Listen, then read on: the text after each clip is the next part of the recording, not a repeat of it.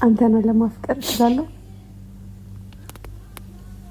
በጣም እድለኛ ሴት ነኝ ባንተ በመፈቀር።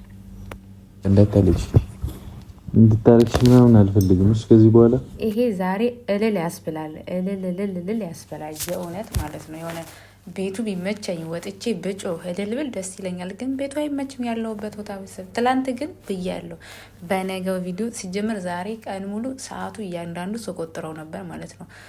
በቃ ሰዓት ሆነ ስንሳን ቪዲዮ የሚለቁት የሚለው ነገር በጣም ጓጉቼ ነበር የጠበቅኩት ማለት የእውነት ምክንያቱም አጓጉተው ነው እንትን ያደረጉ ነው የነበረው።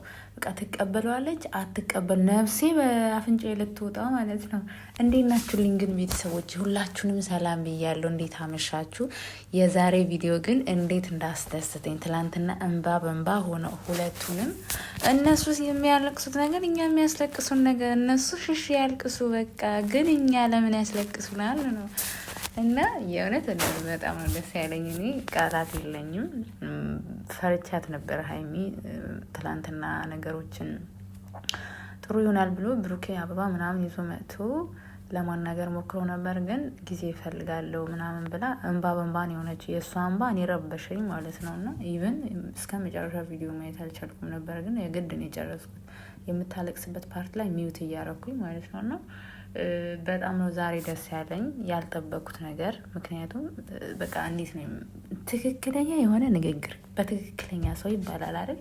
በቃ ልጅ ናት፣ ግን ከአንደበቷ የሚወጣው ነገር የትልቅ ሰው ንግግር ነው። አንዳንዴ ህፃን ሆነ ትንሽ ልጅ ሆናችሁ አስተሳሰባችሁ በጣም እንትን ያለባችሁ ሲሆን ይገርማልና እኔ እንደዛ ነው የምታስገርመኝ ልጅቷ። በራሳችሁ ስሜት እንጂ በሰው ስሜት እርግጠኛ መሆን አትችሉም። እኔ ወዷለሁ ግን የእሱ ስሜት ማወቅ አልቻልኩም። እሱ የኔ ያለውን ፊሊንግ ማወቅ አልችልም። በራሴ ስሜት ግን እርግጠኝ። በቃ አፍቃሪ ስትሆኑ እንደዚህ ነው።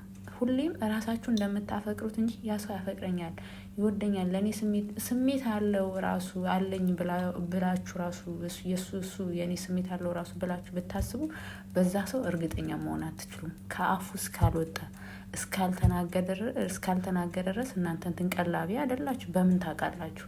ስለዚህ መታገሷ የሁሉ ነገር ስባል ተጠምጄ ምን ብዬ እዚህ ይሄ ቀን መድረሴ ለበጎ ነው። ይሄን ነገር ልሰማ ነው ወይ በቃ የእውነት እንዴት እንዳሳዘነችኝ።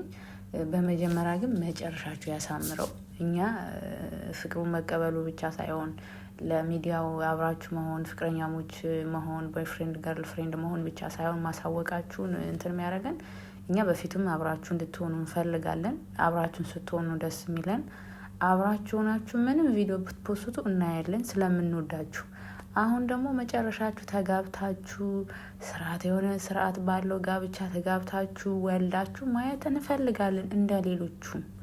ስለዚህ ሚዲያው ላይ ስርዓት ይዛችሁ የምትሰሩት ቤተሰብ ማታነካኩት እንዴት ነው? ወግ ማድረግ የሚባል ነገር እኮ አለ። እያንዳንዱ ነገር የምትሄዱበት እርምጃ የትልቅ ሰው እርምጃ ስለሆነ ከዛም እንድትወጡ አንፈልግም። ግን ደግሞ በቅርብ ሽማግሌ እንደሚላክ እርግጠኛ ነኝ። ትልካላችሁ ብዬ አስባለሁ። ምክንያቱም በቃ ፍቅረኛንን ብላችሁ እስካሳወቃችሁ ለሚዲያው አመት ወይም 6 ወር 7 ወር ቆይታችሁ ሽማግሌ ብትልኩና የኛም የጠላታችሁ በቃ በዚህም በዚያ ከቧቸዋል። በነገራችን ላይ አሁን ምንድነው ብሩኬና ሀይሚ አብረው መሆናቸውን ለሚዲያ ሳወቁ ብለው ነገ ከነገ ወዲያ የተለያየ ሰው ይመጣል። ብሩኬ ቦይፍሬንዴ ነበር፣ ሀይሚ ገርል ፍሬንዴ ነበረች፣ ከብሩኬ አረገዝኩ ብለው የተለያዩ ሰዎች ይመጣሉም ሊመጡም ይችላሉ። ስለዚህ እነዚህ ነገር ደግሞ የምትሰብሩ ሽማግሌ ላክ። ብሩኬዬ በጊዜ ቀልጠፍጠፍ አድርገህ ሚስትህን አርጋት። ገርል ፍሬንድ እንዳረካት ሁሉ ሚስትህን አርጋት። የቤትም ቤት አድርገህ እኛ ማየት እንፈልጋለን። ግን በጣም ደስ ብሎናል። ከእናንተ በላይ ሚዲያውን ተመልካቹ ደስ ብሎታል። የእውነት ማለት የጨረቃ ፋሚሊ እኔ እያበዱ ነው በደስታ የእውነት በጣም ነው ደስ የሚላቸው።